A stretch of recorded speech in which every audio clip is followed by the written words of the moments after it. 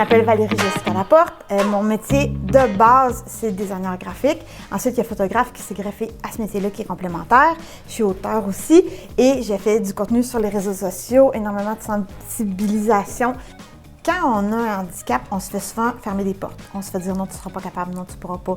Et si c'est pas pour toi, ça m'est arrivé tellement souvent. Puis j'ai un esprit de contradiction et une volonté assez inébranlable qui fait que souvent, faire mentir les probabilités, ça devenait une mission de vie. 90% des personnes autistes ont ce qu'on appelle un intérêt spécifique. Donc, ils vont vouloir se dédier ou apprendre énormément sur un sujet précis. Et ça peut les rendre ultra compétents dans ce sujet-là. Quand vous permettez à une personne autiste de se développer dans son sujet, qui est son intérêt spécifique, ça va être fou à quel point elle va aller chercher des connaissances, vouloir toujours se développer plus, accumuler. Elle va mettre énormément d'énergie là-dedans et elle ne s'épuisera pas. Donc ça va nous obliger à tout le temps chercher des solutions, penser un plan B, essayer de regarder sous un autre angle, penser différemment.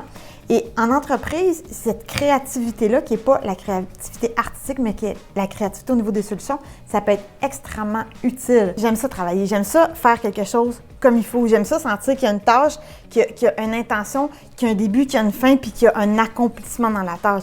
Quand je fais une tâche, là, je m'investis dans la tâche comme ça se peut pas. Je deviens complètement ancrée dans cette tâche-là.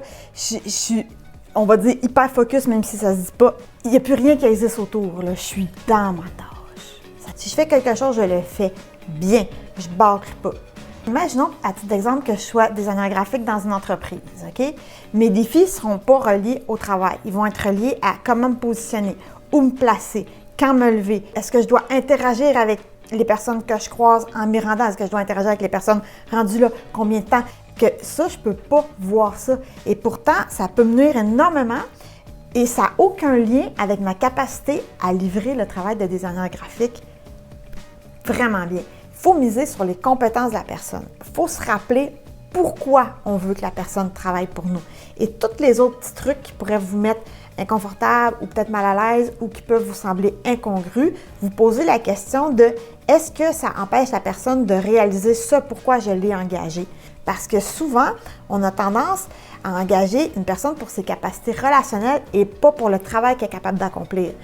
Parce que quand on met des gens différents, quand on prend un groupe qui est hétéroclite et qu'on les met ensemble, on va avoir des idées vraiment opposées qui vont nous amener ailleurs.